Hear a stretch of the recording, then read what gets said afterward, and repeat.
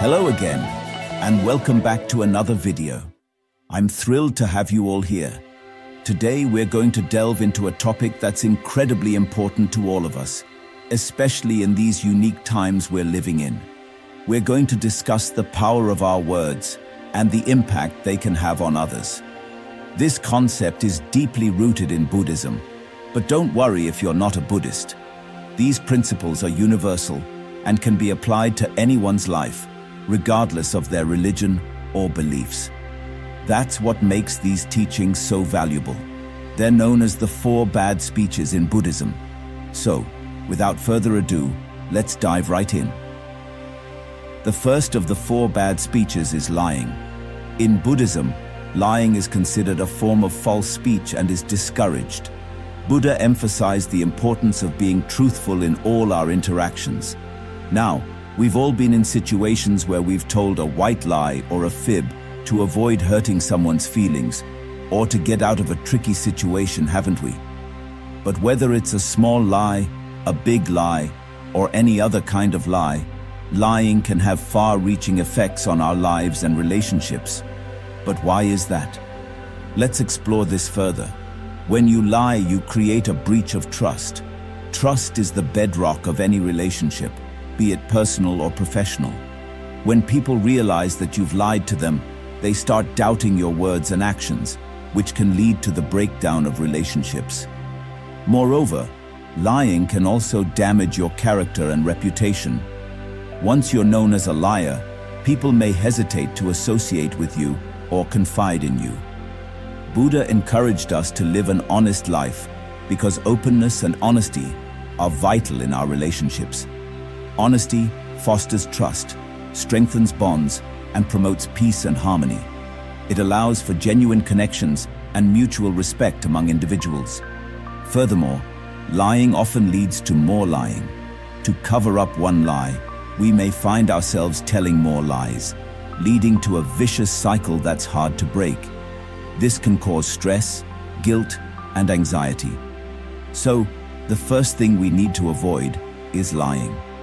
Instead, we should strive to speak the truth, but do so with kindness and compassion. Remember, the truth should not be used as a weapon to hurt others. As Buddha said, when one speaks the truth, one's words should be gentle, pleasant, and beneficial. The second of the 4 bad speeches is divisive speech. But what does that mean? Divisive speech refers to any form of communication that creates discord, fosters conflict, or sows seeds of doubt among people. This could take the form of spreading rumors, talking behind someone's back, or even sharing information that might lead to misunderstandings or disputes. Using divisive speech is not only detrimental to your own peace of mind, but it can also damage other people's relationships. It can lead to mistrust, resentment, and animosity among individuals, thereby disrupting the harmony of the community. Buddha advised us not to use divisive speech and not to ruin relationships with our words. He emphasized the importance of speaking words that are true, kind, and beneficial, and that promote friendship and harmony among people. Often, we resort to divisive speech out of negative emotions such as jealousy or anger. We might feel a sense of satisfaction or superiority in creating rifts among others or in seeing others in conflict. However, this is a destructive path that only leads to more suffering for ourselves and others. That's why it's crucial to avoid divisive speech. Instead, we should strive to use our words to heal, to bring people together, and to promote understanding and goodwill. We should remember that our words have the power to either divide or unite, and it's up to us to choose the latter. In conclusion, divisive speech is like a double-edged sword. While it might give us a temporary sense of power or satisfaction, in the long run, it only leads to discord and suffering. Therefore, as followers of Buddha's teachings, we should make a conscious effort to avoid divisive speech and instead use our words to promote unity, understanding, and harmony. The third of the 4 bad speeches is harsh speech. But what does that mean? Harsh speech refers to any form of communication that is intended to hurt, insult, or belittle someone. This could be name-calling, criticizing, using rude words, or even shouting. We've all been on the receiving end of such speech at some point in our lives, and we know how it feels. It can make us feel sad, upset, and bad about ourselves. It can lower our self-esteem and make us doubt our worth. Buddha advised us not to use our words to belittle or hurt someone.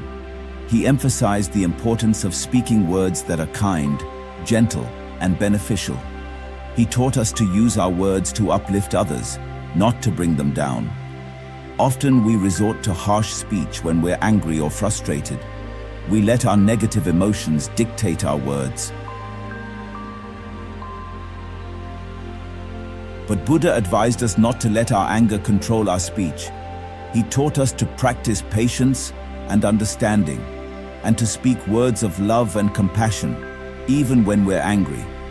This includes criticizing, name-calling, and belittling someone with your words.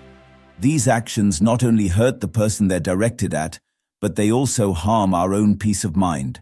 They fill us with negativity and prevent us from achieving inner peace.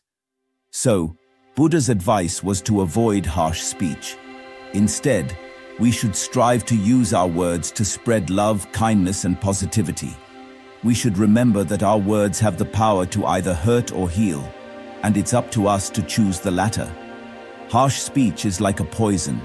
It harms both the speaker and the listener. Therefore, as followers of Buddha's teachings, we should make a conscious effort to avoid harsh speech and instead use our words to promote love, understanding, and harmony. The final one of the 4 bad speeches Buddha warned us against is idle chatter.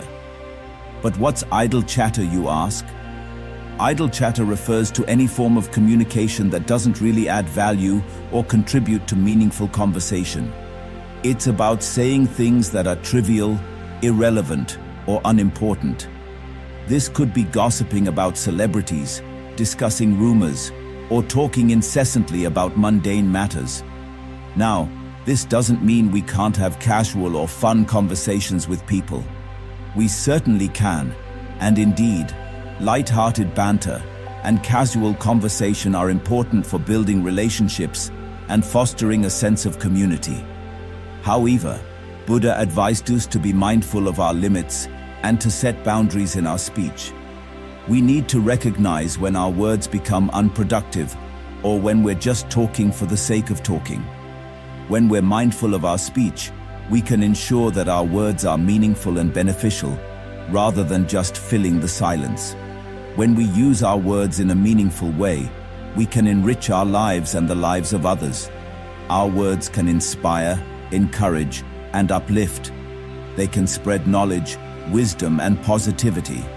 On the other hand, idle chatter often leads to misunderstandings, conflicts, and negativity. In Buddhism, mindful speech is encouraged. This means being aware of what we're saying, why we're saying it, and how it might affect others. It's about choosing our words carefully and ensuring that our speech contributes to peace and understanding, rather than discord and confusion. So, Buddha's advice was to avoid idle chatter and to strive for mindful, meaningful speech.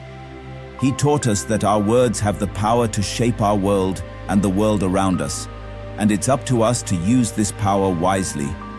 Thank you for watching the video. I hope this gives you something to think about. Until next time, I wish you all well. May you all be happy and live in peace forever.